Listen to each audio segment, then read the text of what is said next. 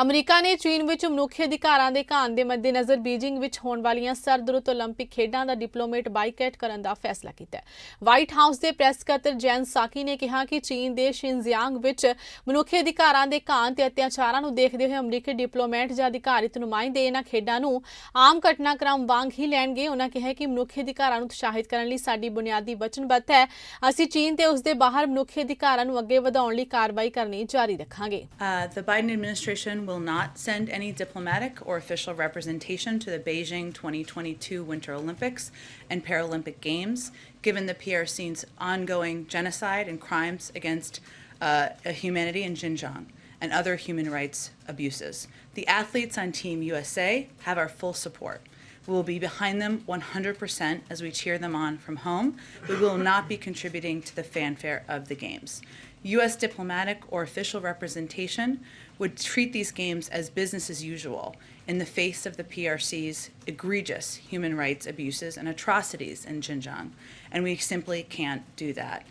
As the President has told President Xi, standing up for human rights is in the DNA of Americans.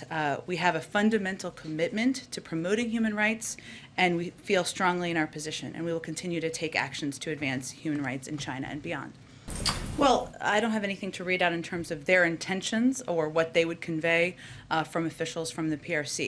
But our view is that's not the right way to view or frame our relationship. Our view is that cooperation on transnational issues is not a favor to us.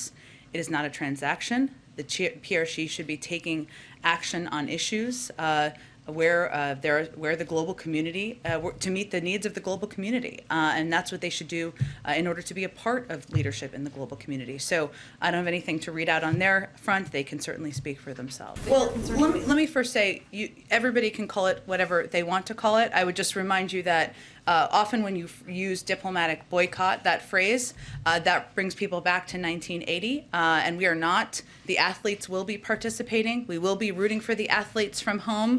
I am an Olympics-obsessed person, so I'm looking forward to doing that. But I think this is just an indication that it cannot be business as usual, that not sending a diplomatic delegation sends that message. That does not mean, I think this was your question, just to come back to it, that is the end of the concerns we will raise about human rights abuses in Xinjiang. We've already taken a number of steps. We've been a leader in the world in leading actions through the G7. We're obviously also working with Congress, but this is just sending a message that given these human rights abuses, we cannot proceed with business as usual.